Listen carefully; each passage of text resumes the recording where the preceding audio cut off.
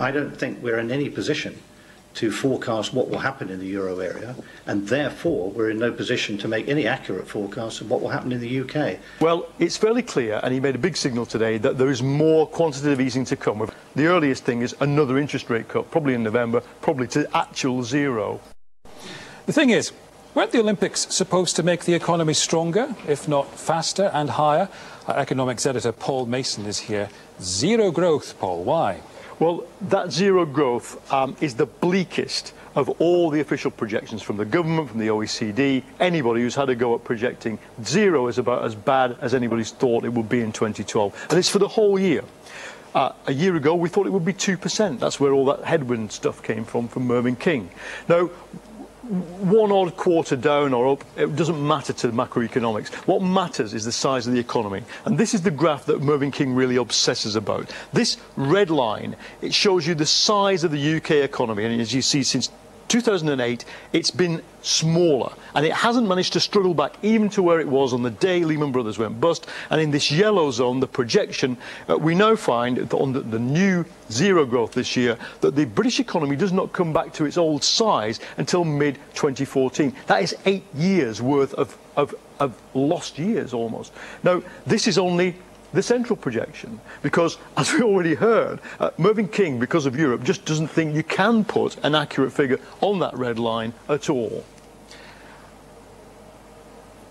I don't think we're in any position to forecast what will happen in the euro area, and therefore we're in no position to make any accurate forecasts of what will happen in the UK.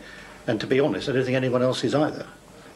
Which is immensely reassuring to us all. What can he do about this? Well, it's fairly clear, and he made a big signal today, that there is more quantitative easing to come. We've had 375 billion already pumped into the economy, and there's 80 billion worth of free money for banks called funding for lending. But the governor explored some of the problems with this today. In the space of a year, they pumped 125 billion into the economy. Only 30 billion of it became money in people's pockets. And why not? Because the banks stand in the way. It's pretty clear that some of this 80 billion, the funding for lending, will just become bank profit. And so because of that, the governor was pressed by various journalists about whether there were more radical things to do. And one journalist said, well, why don't you just buy all this debt of the British economy and write it off? Could they do that? They could do it. And the interesting thing was that instead of saying, over my dead body, the Britain will never monetize its debt, as it's called, he didn't say that. And I was quite intrigued by that, and I'm not the only one sitting in that press conference who was intrigued by it. There may be more radical action. Probably the earliest thing is another interest rate cut, probably in November, probably to actual zero. The Bank of England's zero growth prediction burst the Olympic euphoria today, and as for the 2012 effect, turns out it's minor. There may well be some extra spending from tourism, but as many of us know, there's also been travel disruptions. More people are going on holiday, so I think those effects are small. But the contributions from both ticket sales and TV rights may lead to a very small boost to GDP in Q3. Well, that from the Bank of England is not exactly an endorsement of the idea of an economic phoenix rising from the Olympic flame. But it does at least allay fears that the overall impact of the Games could be negative. The two negatives from the Olympics are, first of all, the cost, which has had to be paid for. We've had quite a lot of tax rises in the last couple of years, and one of the reasons why we've had to is to pay for the public spending, one element of which is the Olympics. The second is that the Olympics seem to have scared off economic activity. People were afraid that they wouldn't be able to travel to work. I run a London business, and I was told to try and ask my staff to work at home. And tourism has been diverted from London. London's got fewer tourists than usual, which is a bit odd given that the Olympics are going on. But other tourists who normally come to London have been diverted because they were afraid that it would be too expensive.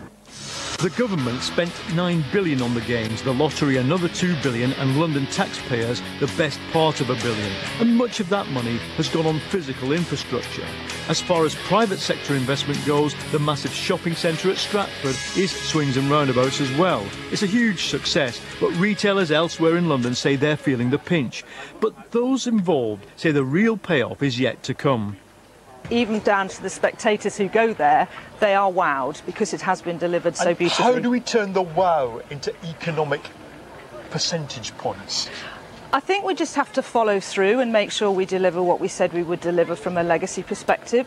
So we want vibrant, occupied, well-used venues, capable of being used by not just elite but everybody else, and we want to create a place where people want to live, work and play. So if we let the developments play out, that in itself will be a huge legacy.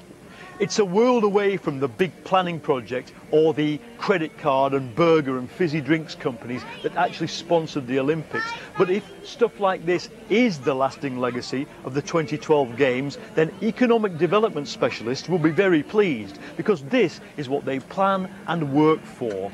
Real, chaotic, small businesses and people and families colonising the space in unpredictable and innovative ways. With all major state-run projects, there's an element of build it and they will come. And on this evidence, they have, but not necessarily the people we expected. We'll only know if the Games generated more wealth than they consumed later.